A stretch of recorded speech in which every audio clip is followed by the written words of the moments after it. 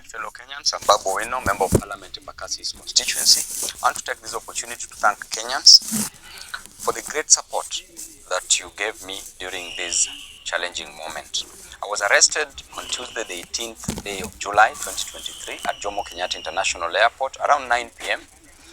handcuffed, blindfolded, and thrown in a boot of a Subaru car, driven in the middle of nowhere, put in a solitary confinement. For 3 days, I went without food. No, I wasn't given food. No access to my family. No access to my lawyers, to my legal representation. I did not take bath. I did not take water. And that was a very inhuman treatment accorded to me. If a member of parliament can be treated in a very harsh way, what is happening to normal Kenyans? I want to take this opportunity to condemn such acts. The only mistake I made was to fight for Kenyans.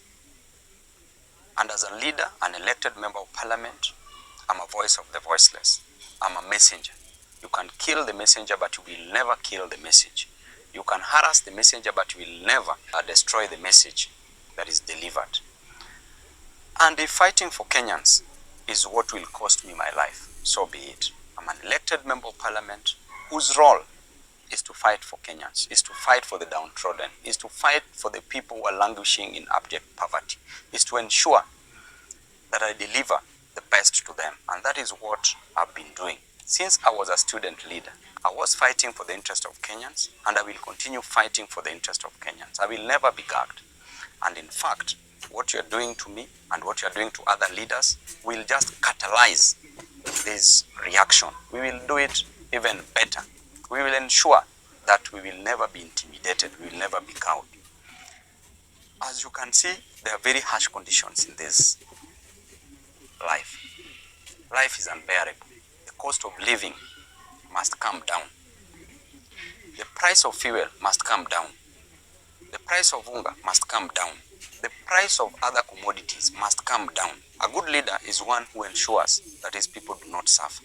Subjecting people to these harsh conditions, to suffering, means that you are fighting for personal interest.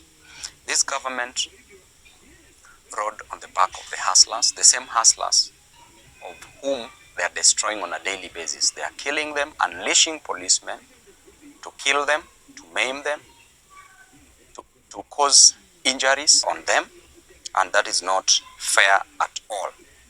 On a daily basis, you blame Raila to be the cause of the deaths of the people. Raila did not give instructions to the police to use brute force, to use the extrajudicial means to gag people from fighting for their inherent and inalienable interest, not only spiritedly but also religiously.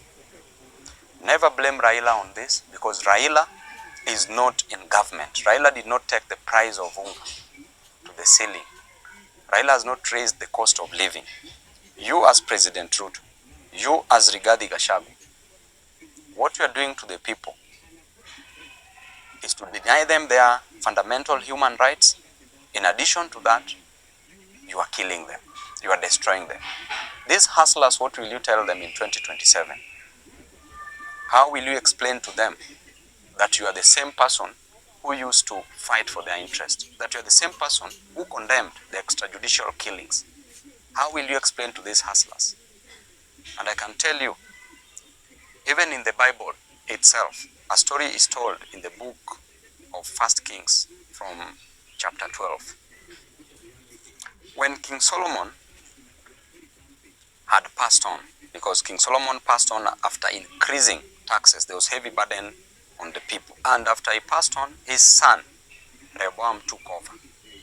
People went to Rehoboam as the new king and requested that the burden be lifted from their shoulders, that the cost of living to go down. And I invite you as Ruto to read this book, because it will teach you a lot. When people talk to Rehoboam to reduce the cost of living, he told them that he would go and consult the people who had worked with his father, the elders. When he went to the elders told him to listen to the voice of the voiceless, to listen to his people and reduce the cost of living. He further went to the young men whom he grew up with his age mates, who advised him that he should be harsh on the people. He went back to the people, told the people that I have a solution for the heavy burdens on your shoulder, and the solution is simple. That number one, my little finger is thicker than my father's waist. That is what Rehoboam told the people. Number two, he said, if my father used whips on you, I will unleash scorpions on you. The third thing that Rehoboam told the people is that if there is heavy burden on you, I will make it heavier. This made people to rebel. Because of the harsh treatment of the people, it led to the 12 tribes being divided into two kingdoms. One kingdom was the kingdom of Judah, which comprised of the two tribes, ruled by Rehoboam as the king, just as what is happening. And the other 10 tribes rebelled, and they formed the kingdom of Israel that was ruled by Jeroboam. And I can assure you that if you impose heavy taxes on your people, you are meant to go down. You will go down. It doesn't matter who is the messenger. You can destroy the messengers, but the message is clear that you will go down. You may be advised by the fools around you, as we always know, and a leader is known by the people surrounding him. If you are surrounded by the 4 fools, you become the 5th fool. If you're surrounded by 4 wise men, you become the 5th wise man.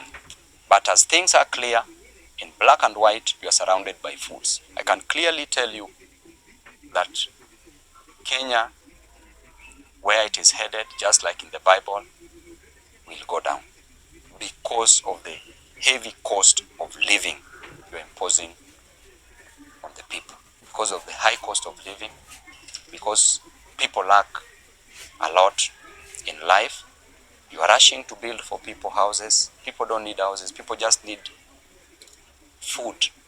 People need school fees. And as a leader, I know what it is to lack food. That's why I will fight for them, because I lacked food at some point. If you tell me you lack food, I know what it is to lack food. If you tell me that you lack school fees, I know what it is to lack school fees. You are rushing to build for people houses, which is not a main challenge, but people's main challenge is the food. Just let the cost of living come down. If it doesn't come down, it must be forced to come down. Lastly, I would like to advise Rachel Ruto and Bishop Dorcas Gachagua that you don't need to pray for Kenya. You don't need to pray for people. Pray for your husbands. The problem is in your house. The problem is not outside the door. You are living with the problem. Don't cast the demons. Look near you. You will see them. We will continue fighting, and to Kenyans, we will always fight for you. Members of the press, we thank you very much for being on the side of the people. Tibim.